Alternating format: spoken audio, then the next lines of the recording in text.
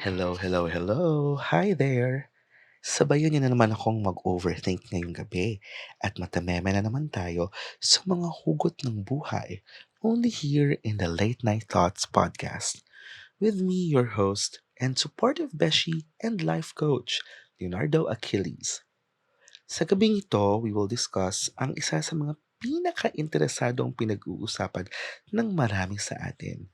Tonight, we will talk about love, heartbreak, and moving on, all in the same episode. Habang hinahanap naman natin ang sagot sa tanong na, paano bang magmahal? Kung napapansin ninyo, ay medyo pa-ASMR po ang birada ng ating podcast. Ito ay dahil sa I am recording this episode literally late at night at tulog na po ang mga kasama ko sa bahay. So, kailangan nating medyo pa-virgin-virgin ang ating recording ngayon, no? But anyway, sa gabing ito, meron lang naman tayong 5 love issues and realities na pag-uusapan na tiyak akong bumabagabag ang mga ito sa inyo late at night. So, ready na ba kayo? Simulan natin sa unang love issue. Paano bang magmahal kung number 1, may mahal ng iba ang mahal mo? Aray, kung may mahal ng iba ang mahal mo o sa ibang konteksto, paano bang magmahal kapag may crush ng iba ang crush mo? Or kung hindi ikaw ang crush ng crush mo? 'Di ba? Parang mga gano'n sa mga medyo high school o bata-bata pa. Pero sino ba sa atin yung umibig na sa someone, pero yung someone na yon ay baka may gustong iba or worse, merong girlfriend or boyfriend or in a relationship with somebody else at hindi ikaw. So, pag-usapan muna natin yon. So, sa unang love issue natin, ako personally, makailang beses na rin akong nasadlak sa situation na ito, no?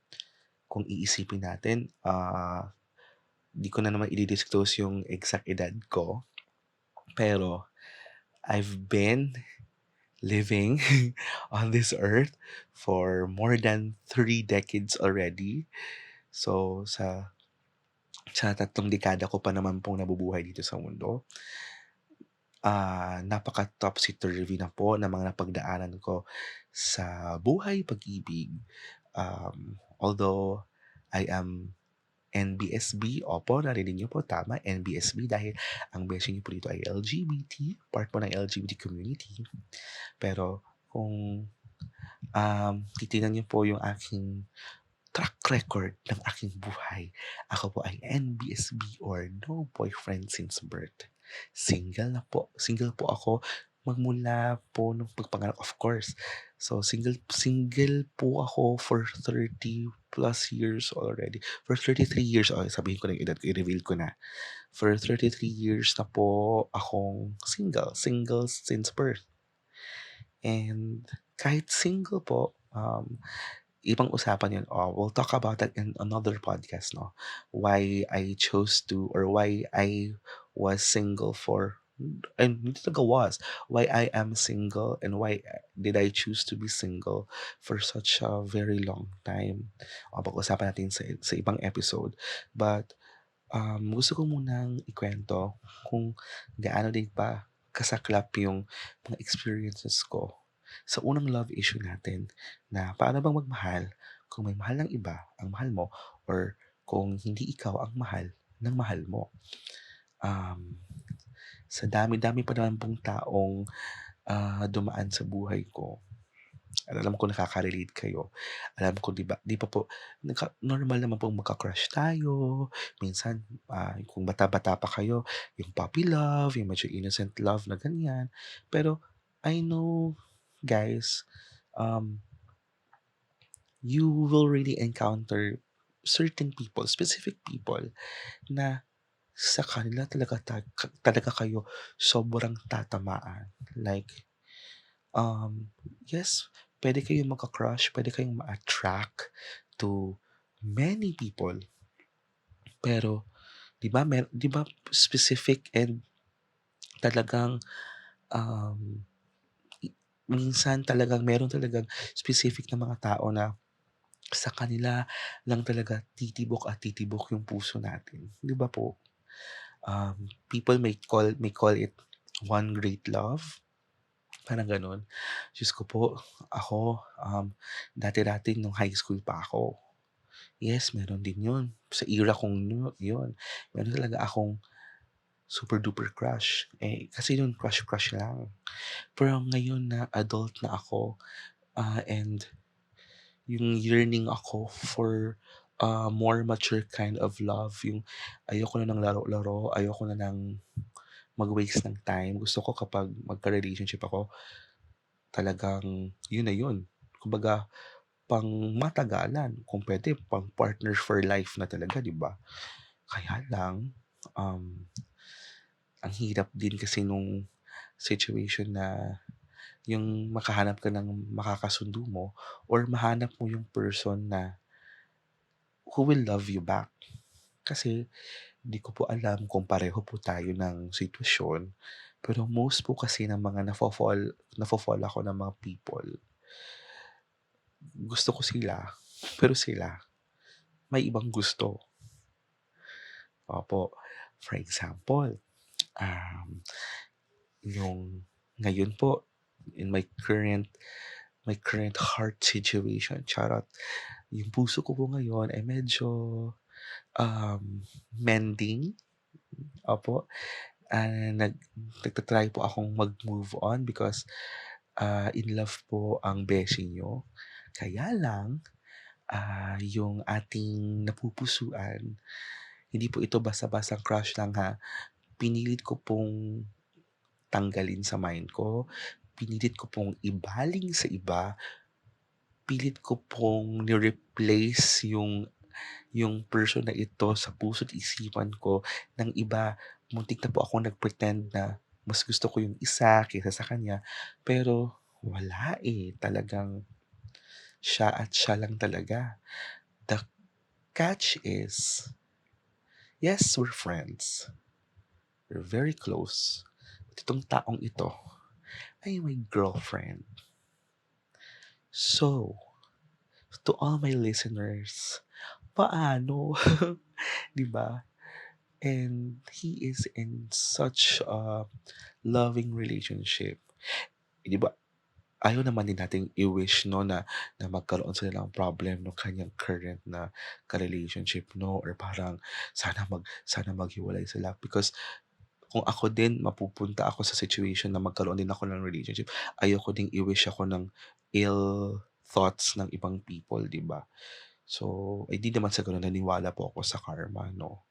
Pero to tell you honestly, seeing them together, seeing them share posts on social media, seeing them sweet with each other, seeing them doing things, dealing with a lot of life stuff together. Alam niyo pong gustong-gusto mong sana ikaw yung kasama ng person na yun, pero nakikita mong iba yung kasama niya. Ang sakit. Pero doon ko po napatunayan talaga na I really love this person. As in, parang, to tell you honestly, hindi po siya gwapo. Sa lahat po ng nabuo kong checklists in my life, sa mga hinahanap ko for a guy, to tell you honestly, yung mga na-check lang niya are some of my non-negotiables. For example, he is mabait, pareho kami ng interests, medyo creative, nasa creatives din siya, artsy, tapos nagkakasundo kami, magkapareho kami ng humor. Even nga sa minsan nga sa pormahan, nakikita ko magkasundo kami. Kaya lang, sa ibang mga, kasi dati, di ba meron po tayong ganyan tendency. Sometimes para tayong naghahanap ng parang employee, 'di ba? Kulang na lang pati yung edad, pati itsura, 'di ba? Napaka-specific din natin minsan. Alam niyo bang dati-dati may hino-hold akong ganyang idea sa dapat mas matangkad sa'kin, dapat mas matanda sa'kin konti, dapat ganitong age lang siya, ta's dapat ganito yung kurso niya, dapat nakapagtapos siya ng ganito na ano, dapat ganito yung profession niya. Marami akong mga detalyeng gano'n, pero ngayon po, 'pag umibig ka talaga, when love hits you, you can't do anything, eh, but be in love with that person.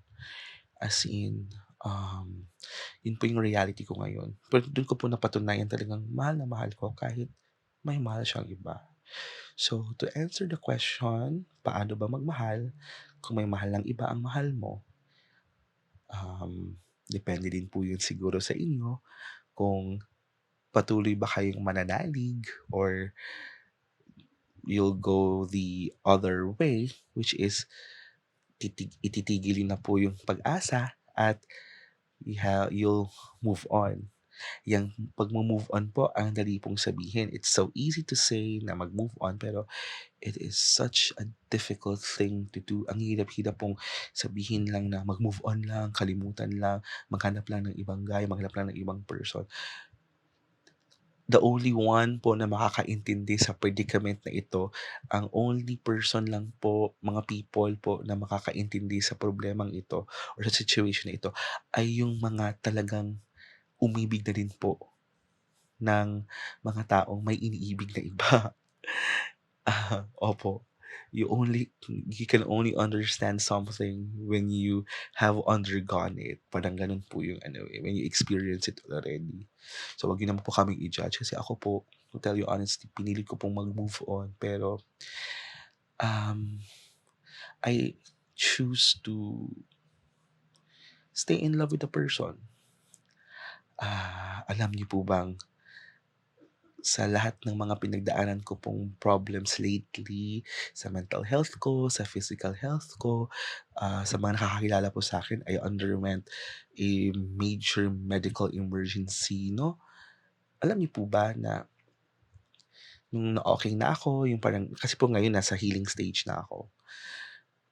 Alam niyo po ba, I caught myself one time, late night, patulog na ako, umiiyak. I was praying, pero alam niyo po ba mas nauna pa yung prayer ko for this particular guy versus praying for my own healing or praying for my parang ultimate healing or parang complete healing. Parang inuna ko pero hinabol ko po yung prayer na yun, pero ang inuna ko talagang prinay is parang at talagang umiiyak po ako sa Diyos. Kasi po, masakit po kaya yung ano, um, araw-araw pinapamukha sa'yo ng realidad na, "Uy, mahal mo nga siya." Pero siya, mahal ka lang niya as a friend, pero may mahal siyang iba. Gano'n po, 'di ba? Parang araw-araw mo yung ma-confront, parang everyday din kayong magkita or everyday kayong magkausap or may everyday kayong magka-communicate, pero alam niyo po yung tinatago niyo sa ngiti, tinatago niyo sa, "Oo, okey lang." Yung, "Oo, okey lang. Oo, kumusta kayo?" Ganyan. Pero deep inside, mga be, Diyos ko, talagang nagdurugo yung ano, eh, heart ko, eh, kasi gano'n. 'Di ba masakit yun, eh, pero ang talagang prayer ko medyo selfish man siguro pakinggan pero sabi ko talaga, "Lord, puwede po bang siya na lang? Siya po talaga ang laman. Puwede bang ako na lang? Ako na lang po yung piliin niya. Willing po ako to wait." Hindi ko po pini-pray na maghiwalay sila, pero baka naman Lord, eventually, baka may chance kami. May ganyan pa akong padrama-drama. Tapos minsan ano pa, parang iniisip ko nga minsan kung totoo yung kay Scarlet Witch na theory, yung parang yung multiverses sa ano, sa like sa Marvel Cinematic Universe, yung parang 'di ba si Wanda Maximoff or si Scarlet Witch, 'di ba she was able to dreamwalk sa iba't ibang variants niya in many universes sa multiverse. Opo, parang sabi ko siguro maiisang universe na kami. Lord, dalhin mo na lang yung consciousness ko doon. Doon na lang ako mabuhay. Doon sa kami. Kung meron bang universe na kami. May ganun pa ako. Grabe. So, alam kong medyo self-centered pero yun po kasing laman talaga ng heart ko and the only safe persona or the only safe place na kung saan kayang-kaya at parang alam kong peaceful at parang open wide kung pwedeng sabihin yung yung mga hinaing ng heart ko is of course kay Lord. Alam kong iba po yung magiging sentiments ng iba kasi LGBT ka, LGBT yung relationship hinihingi mo kay Lord. Opo, sige, I'll reserve that discussion, that very religious discussion. Pero ako po ay naniniwala sa love at naniniwala po akong God is a God of love. So, yun po.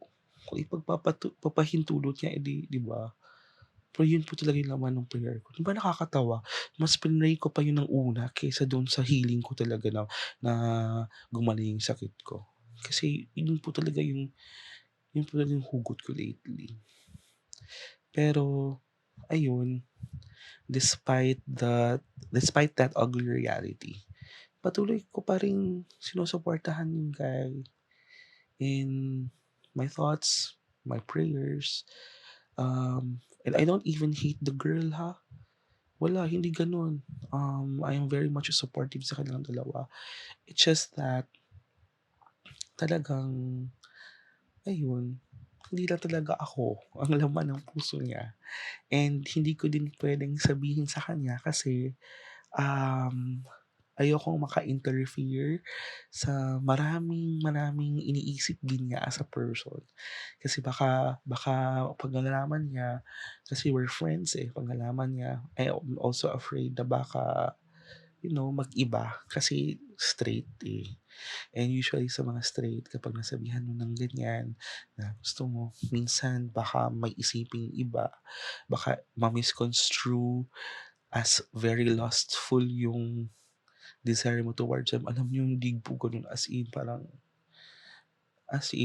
kahit ako talaga naku, deep inside talaga alam kong hindi ito lust, talagang love na love.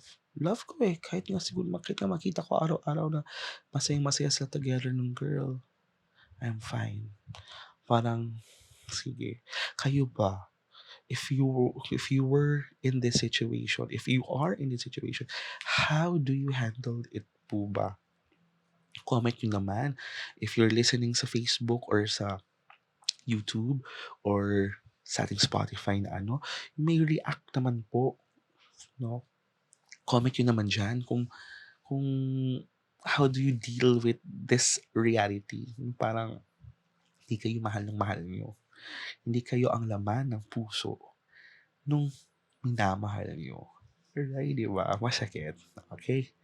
So, ayun. Let's proceed now to our second love issue. Issue number 2. Paano bang magmahal kung magkaiba kayo ng interes at personalidad? Yan. Have you fallen in love with someone who is totally opposite of you?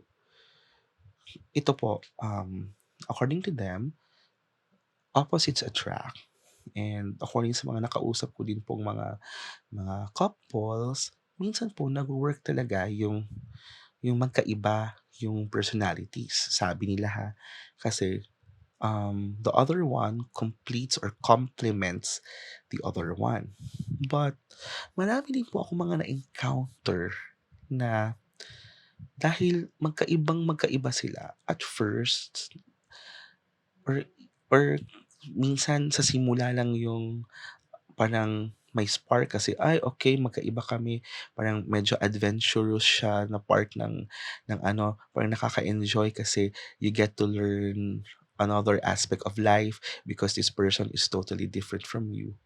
Pero eventually po nagfe-fail yung relationship or nagsa-suffer kasi parang napapagod sila to understand or to adjust with the other person kasi nga magkaiba or kasalungat nung principles nila, nung ideals nila, or yung personality nila. For example, I know of a couple na the guy is very extroverted while the girl is an introvert. So, ang naging sistema, at first, feeling ng guy, parang binabalance siya nung girl kasi parang chine-chill out siya nung girl, parang binibigyan siya ng idea ng girl na parang, okay, you have to parang chill down and be low-key minsan, hindi kailangan pa-outward all the time na parang more socialization. Then, si girl naman din, at first, parang feeling niya binabalanse din siya ni guy because yung extroversion ni guy natuturuan siyang to socialize, to open up with people, which is very difficult din po sa most ng mga introverts, ha, kasi ako din po, I can totally relate. I am also an introvert. Opo, kaya medyo minsan mahirap makipag-socialize kasi ang social batteries po ng mga introverts napaka-limited lang. At first, it worked, pero eventually, they ended they ended up um separating kasi si guy feels like he is being held back by the girl.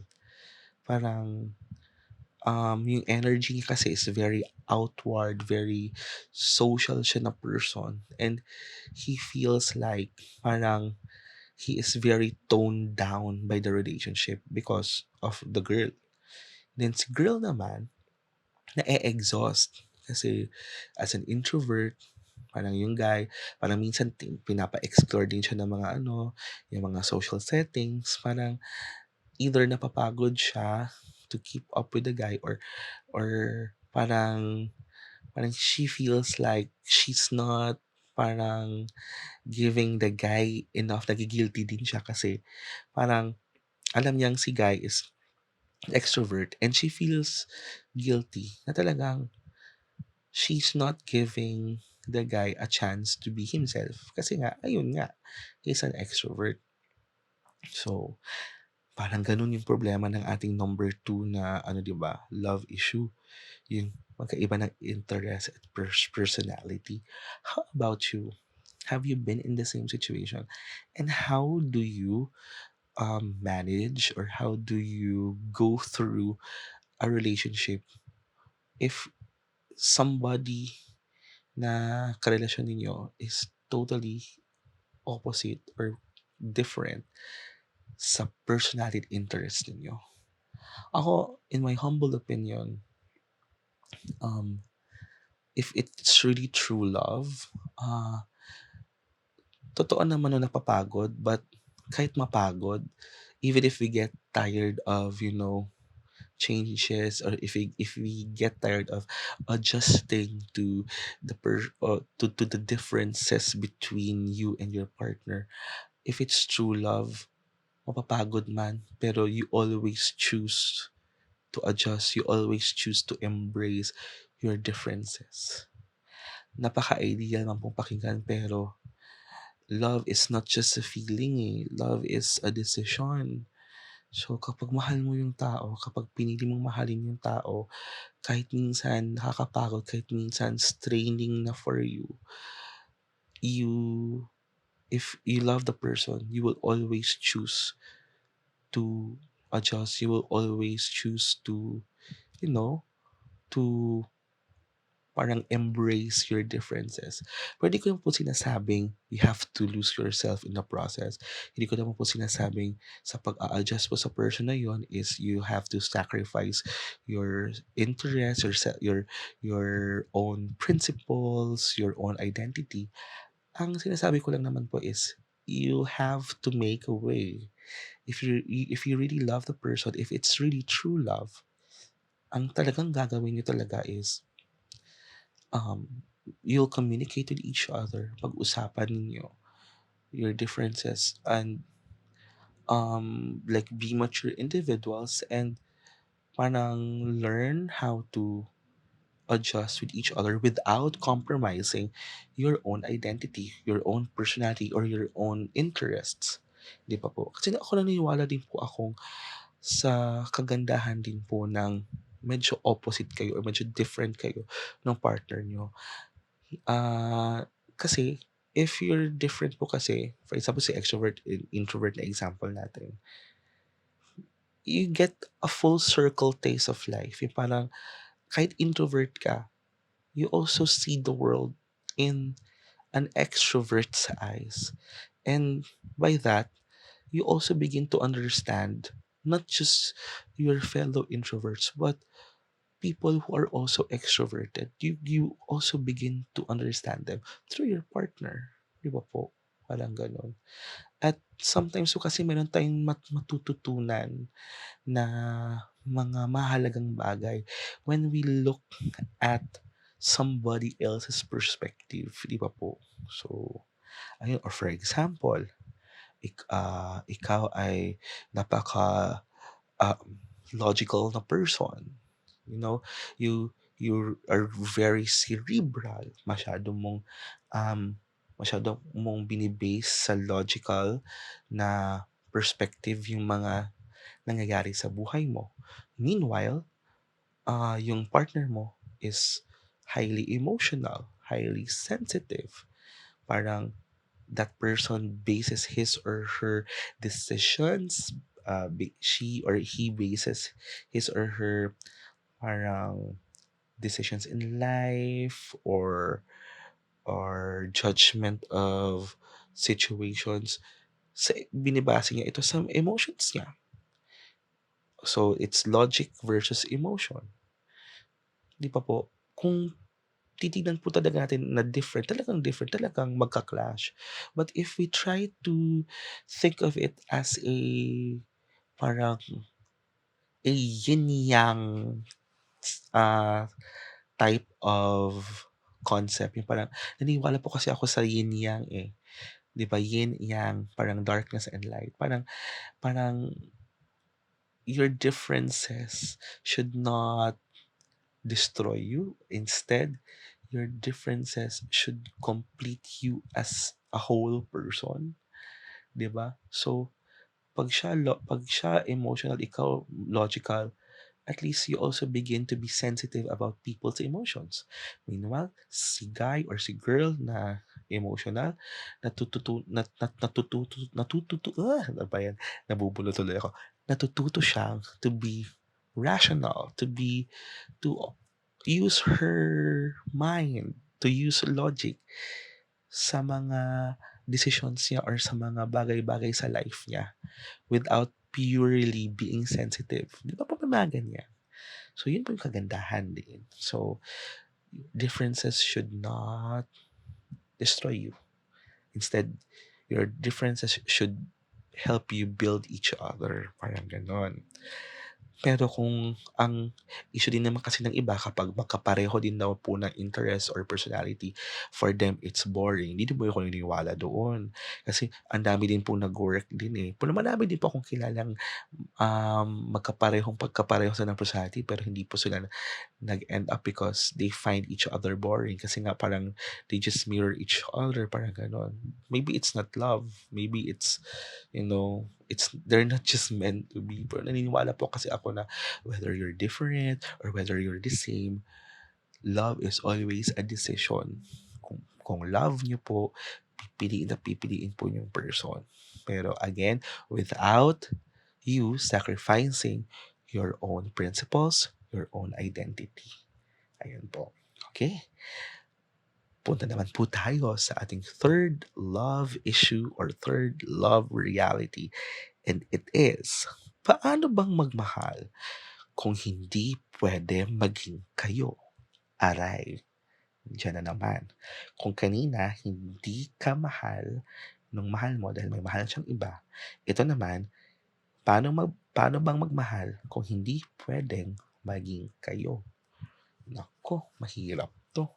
Ang daming mga ano nito, ang daming mga examples nito. For example, sa religion, 'di ba may mga ganyan po kapag magkaiba ng religion, medyo bawal or, um, yung mga situation niyo sa life, yung status niyo sa life, parang, um, your profession limits you from dealing with this this kind of person, or pwede kayong friends pero hindi kayo pwedeng maging together as a couple or as partners, parang ganyan, 'di ba po?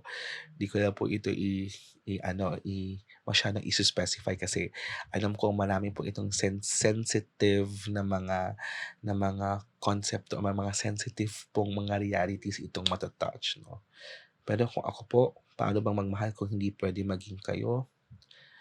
Naniniwala po akong if there's a will, there's a way. Char lang. Opo. Kasi po you may call me a romantic, 'no? Pero naniniwala po ako sa power po kasi ng love. Iba po talaga ang love, eh. Love can destroy, love can transform, but true love will always prevail po talaga, eh. Kung talagang love na love talaga, um, it will it will push through. If it's really true love, it's unstoppable, eh, parang gano'n. Anyway, naniniwala pa rin po ako na kapag may mga limitations or may mga rason din kung bakit hindi puwedeng maging kayo, um, those boundaries should also be respected. Pero kapag if the only one stopping you are just judgment of people, pero 'pag mahanapan niyo po talaga ng grounds na puwedeng maging kayo, why not, 'di ba? Connected din po itong number 3 natin sa ating number 4 or pang-apat nating love reality or love issue for tonight. Paano bang magmahal kung hindi payag ang parents o family ninyo towards your relationship? Um, Maybe ito po ay I'm speaking sa mga younger audiences natin, 'no? Pero it's also possible na kahit matanda na or kahit yung mga people na looking for a second chance in love, for example, yung mga divorcees or yung mga um, na kagagaling ng annulment or yung ating mga widows or mga widower, di ba po? Um, mga byudo-byuda. Alam ko pong um, marami din po sa atin ang hinaharap ito na what if hindi payag yung parents o yung family sa relationship, di ba po?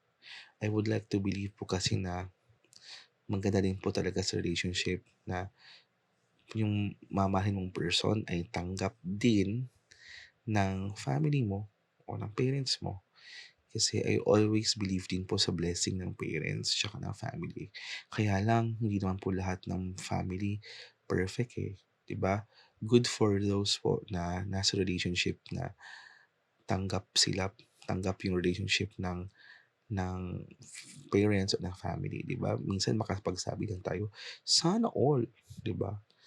Sana all gano'n. Pero ay yung realidad po, hindi po lahat sa atin nakaka-enjoy o nakakatabasa ng ganiyang privilege or ng ganiyang parang blessing, 'no? So, paano ba magmahal? Sige nga, can you chime in sa ating comment section? Um, how do we love someone if the people around us, most especially our families or our parents, our families, do not approve of the relationship? How do you mitigate or how do you deal with that situation? Di ba po? If ako naman po ang tatanungin, if I were in the shoes of this person na hindi payag, if ever hindi payag yung parents ko o yung parents niya o yung family ko o yung family ng person or ng partner ko, um, kasi kung love ko po talaga yung person, pipilitin ko pong ligawan yung family or yung parents. Kumbaga, kasi po yung panliligaw or hindi lang po kasi yun yung nasa ano lang yun, eh. For me ha, hindi lang yung partner natin o hindi lang yung person na na-fall in love tayo, yung kailangan nating ligawan o kailangang ma-fall in love sa atin, kundi pati din po yung circle niya or yung family niya. So, kung nakuha natin yung matamis na oo ng ating partner or gano'n or tayo yung inibig or siya yung pinili natin, parang gano'n, yung families mo ng bawat isa ay parang dapat part din ng relationship. So, kung hindi payag, hindi ano, kung love mo talaga, you have to work it out. You have to prove to to the people, to the families, to the parents na you are worth of their child's love. Ganyan. Opo, I always believe po na there's always a way kapag di naman sa pinilit, pero kapag pinagpursigihan, your perseverance will take you somewhere. Di ba po? Ayan. So, kapag hindi po talaga kaya, pero talagang mahal niyo po yung isa't isa, well, kayo na po talaga ang mag-decide niyan whether alin po ang mas mabigat sa inyo o yung mas mahalaga sa inyong kind of love. Yung love niyo po sa parents niyo or love niyo po sa person na pinipili ninyo, 'di ba? So, mas maganda po kasi siguro ano, pero kung hindi po talaga aakma pero mahal niyo po yung person and if you really want to be with that person, I guess you can love them separately. You may love your partner, but you may also love your parents or your family, but you may just choose to love them separately. You can't have them in the same universe. Opo, that if that's possible, then why not? 'Di ba po? Gano'n lang po ang magiging sistema natin for that. 'Di ba po? And now, we are down to our last question or our last love issue or reality. Number 5, paano bang magmahal kung palagi ka nang nasasaktan? Um, this may be about those who are in abusive relationships. Magkaiba po yun ha sa paano ba magmahal if parang yung na-discuss natin sa 1, 2, and 3 kanina, yung parang hindi pwede kasi masakit yun ha. Parang magkaiba po yung dalawang yun ha. So, I'd start po muna with yung unang perspective natin for number 5. No? Paano bang magmahal ko palagi ka ng sasaktan? Halimbawa, nasa abusive relationship ka, whether physical, verbal, emotional abuse. Mga be, wala na pong patumpik-tumpik dyan. If you are being abused, you may forgive the person, but remember to prioritize yourself. Unahin niyo po yung sarili niyo. Walk out of that relationship. Walk out of that kind of love. It's not love if it's like that. Kasi po, hindi po pwedeng mablind tayo sa love, pero hindi na po natin love ang sarili natin. So, if you're in an abusive relationship, get the hell out of it.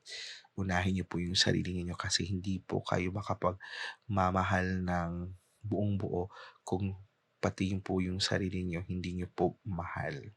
So, before you love others, you have to love yourself first. Di ba po? So, mga be, wag kayong magpakagaga, wag kayong magpakagago. O hindi ko po gender stereotype yung abuse ha. Hindi lang po lalaki ang nang-abuse. There's no gender to abuse. Para po yung rape, wala pong gender ang rapist. Opo.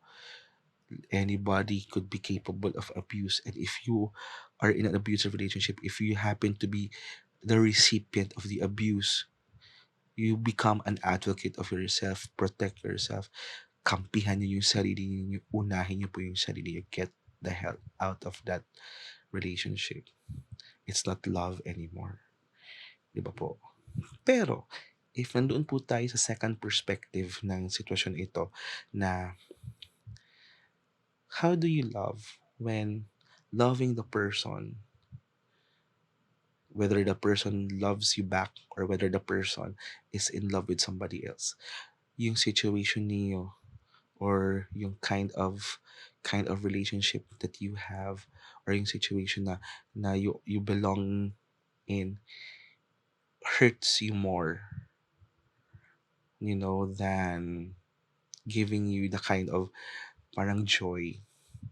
Um, Nasa sa inyo na din po yan. Remember, we have our free will. But if you were to ask me, I'd rather prioritize my own feelings kasi ang hirap pong umasa, ang hirap pong masaktan ng paulit-ulit. Minsan po, worth it naman din talagang masaktan para sa right person.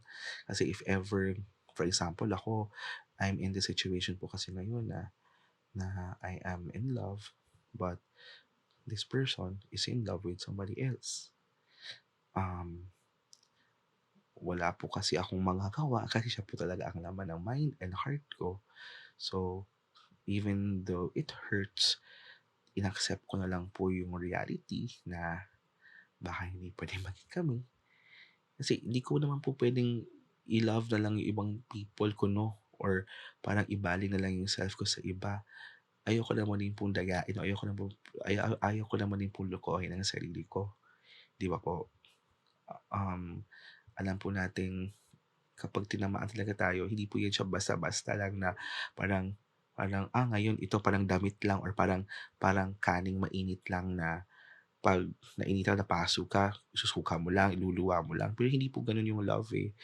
Parang sometimes I can't just explain why you are into this person talaga, 'di ba po? So, um, actually, ngayon po, I am choosing to move on. I'm choosing to, actually, it's an everyday battle. It's an everyday decision to accept the reality po na may iba po siyang mahal.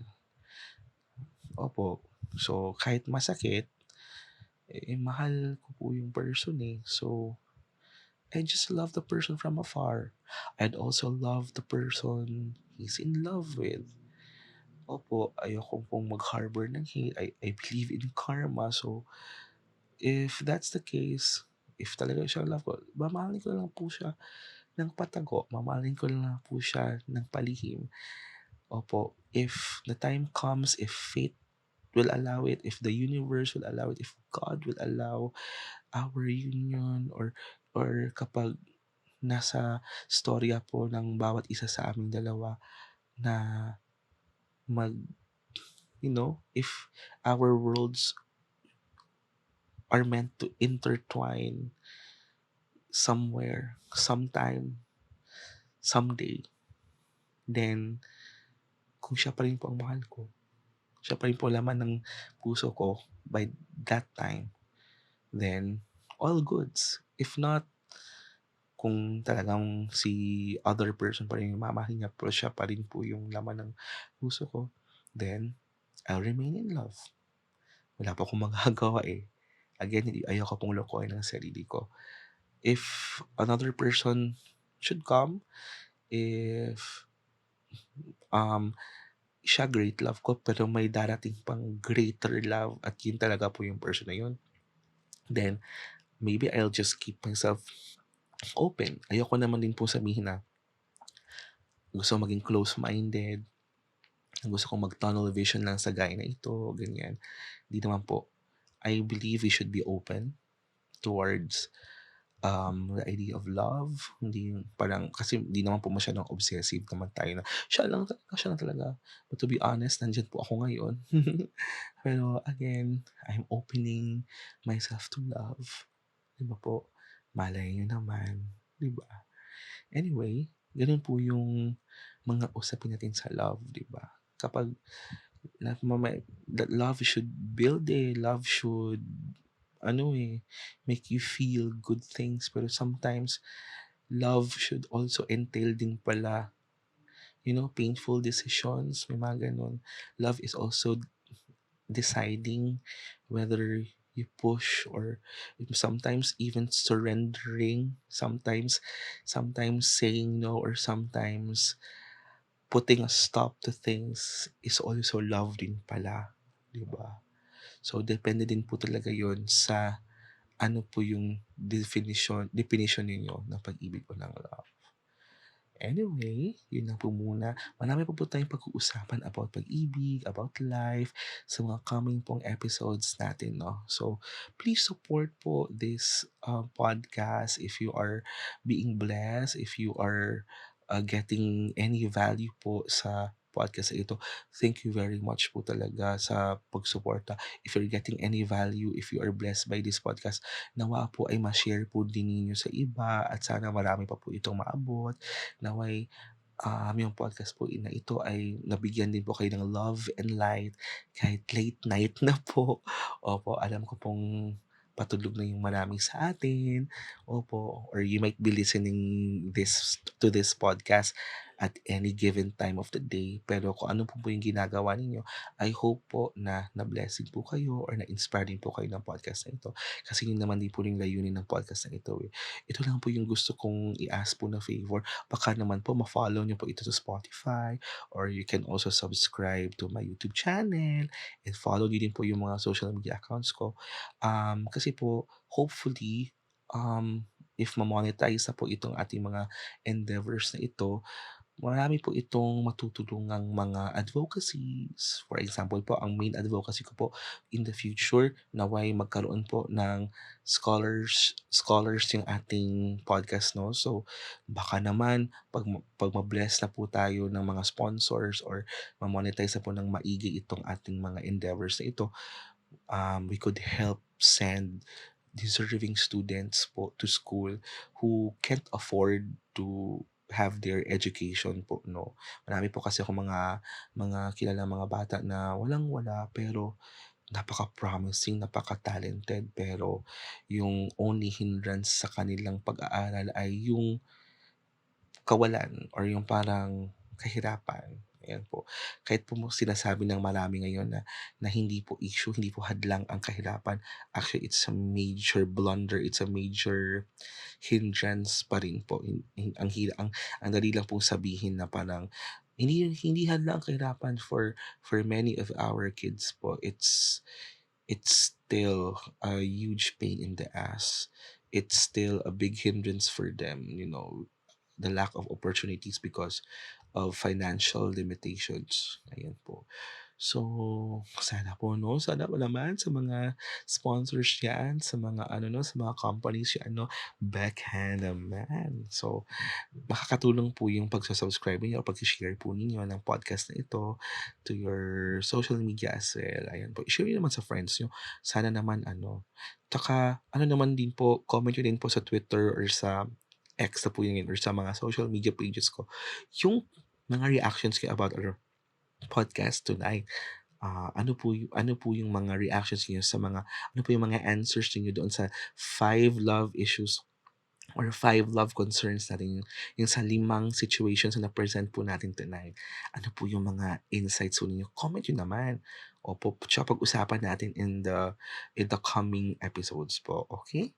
So, I hope to see you in our next episode. Our next episode will be up by Saturday po.